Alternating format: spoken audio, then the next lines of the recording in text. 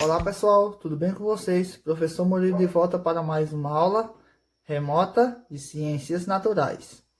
Na aula de hoje nós vamos iniciar a unidade Vida e Evolução. Nessa unidade nós temos como capítulo inicial o capítulo 4, que tem como tema o agrupamento e classificação dos seres vivos. Então a gente vai aprender um pouco sobre como nós seres humanos classificamos os seres vivos. Então, bons estudos, vamos lá. Então, desde sempre, pessoal, desde os primórdios, o ser humano teve a necessidade de classificar as coisas. Então, mesmo na época da pré-história, naquele período em que os seres humanos começaram a aparecer, eles tinham essa necessidade de classificar. Por exemplo, digamos que existisse um grupo de animais que fosse carnívoro. Então, eles já sabiam que aquele grupo de animais classificava da sua maneira, mas que eles sabiam que não poderiam chegar perto daqueles grupos, porque eles poderiam morrer. Então, o ser humano ele sempre tem essa questão de classificação. Observe supermercados, livrarias, todos esses locais, farmácias, eles são classificados de alguma maneira e são utilizados critérios. Então, para classificar os animais também foram utilizados critérios. Sobre esses critérios que nós vamos falar. Então, vamos lá. Agrupando os seres vivos aí na página seguinte.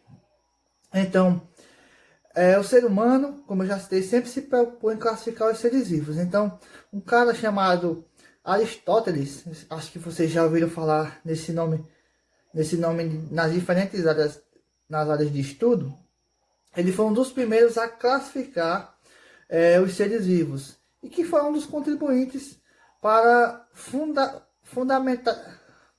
os fundamentos da zoologia.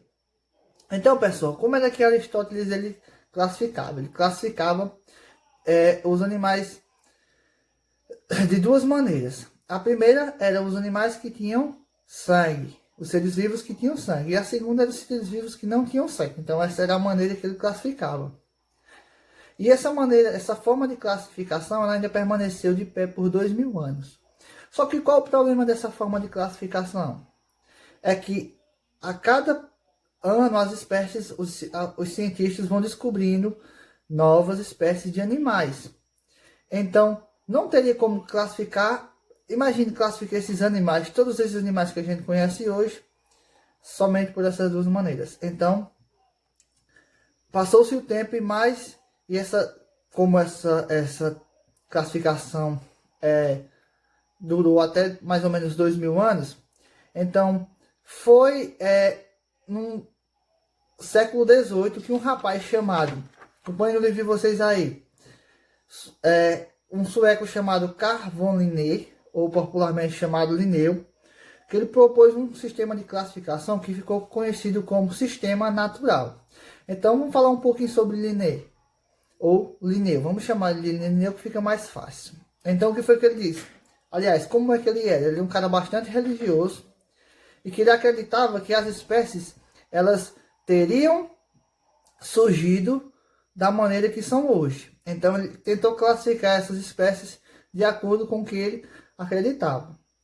Então ele foi o precursor, ou seja, ele foi o idealizador de uma parte da biologia que estuda, que classifica os seres vivos, que nós vamos chamar de taxonomia. Então, quando vocês ouvirem essa palavra taxonomia, saibam que ela o estudo, é o ramo da biologia, a área da biologia que busca escrever, identificar e classificar os seres vivos. Então, vamos lá.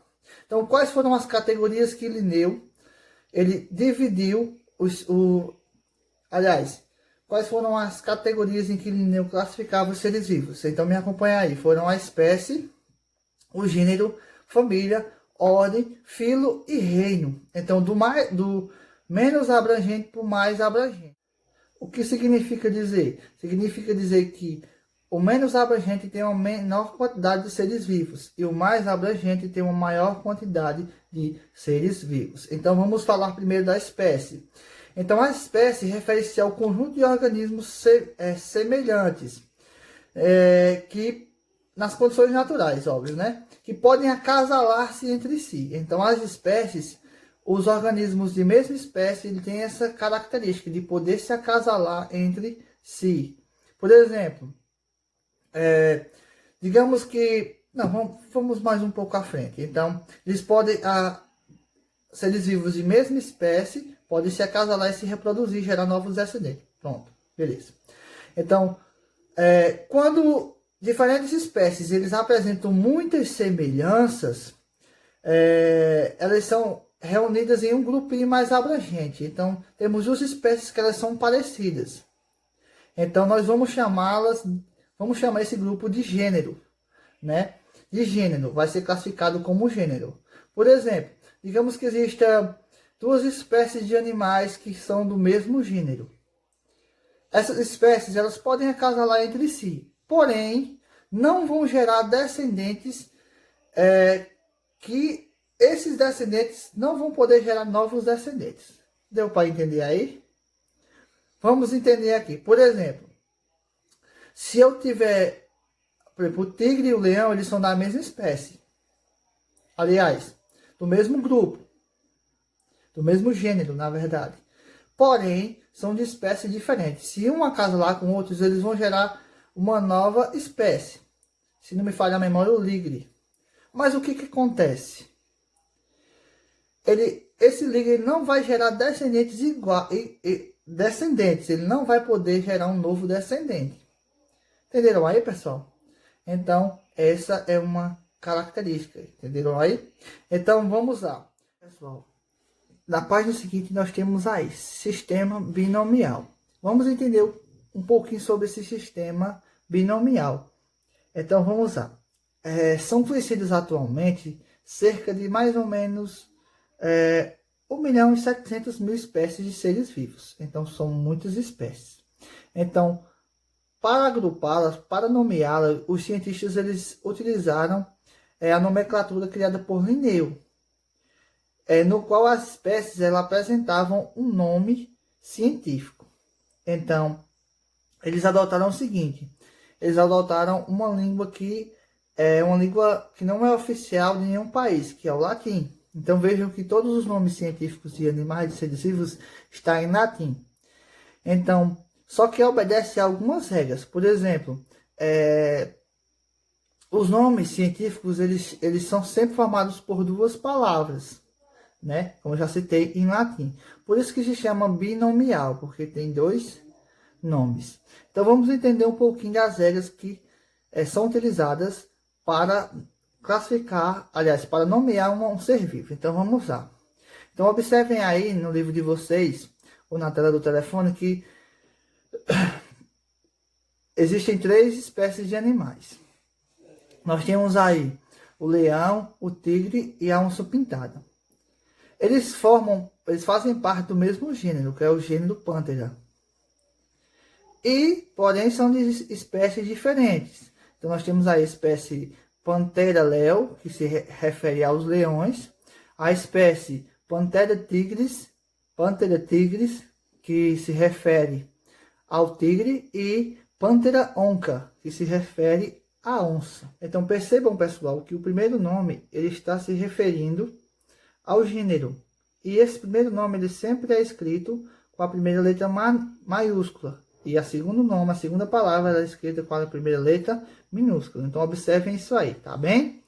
Outra curiosidade sobre essa questão de nomenclatura é que sempre vai vir em itálico. Ou seja, essas letrinhas que estão deitadas. E que ela pode vir em itálico também, como já citei. Em negrito e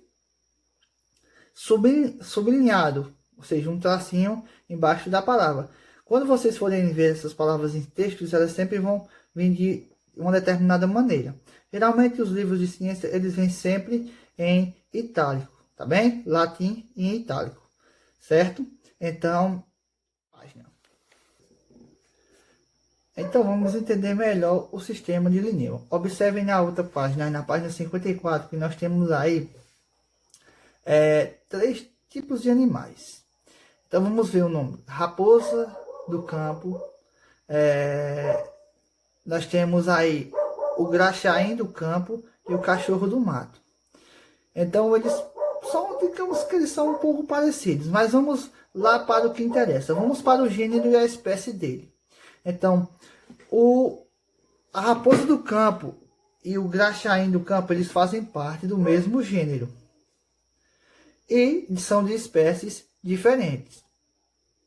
Já o cachorro do mato, ele é de outro gênero e de outra espécie diferente.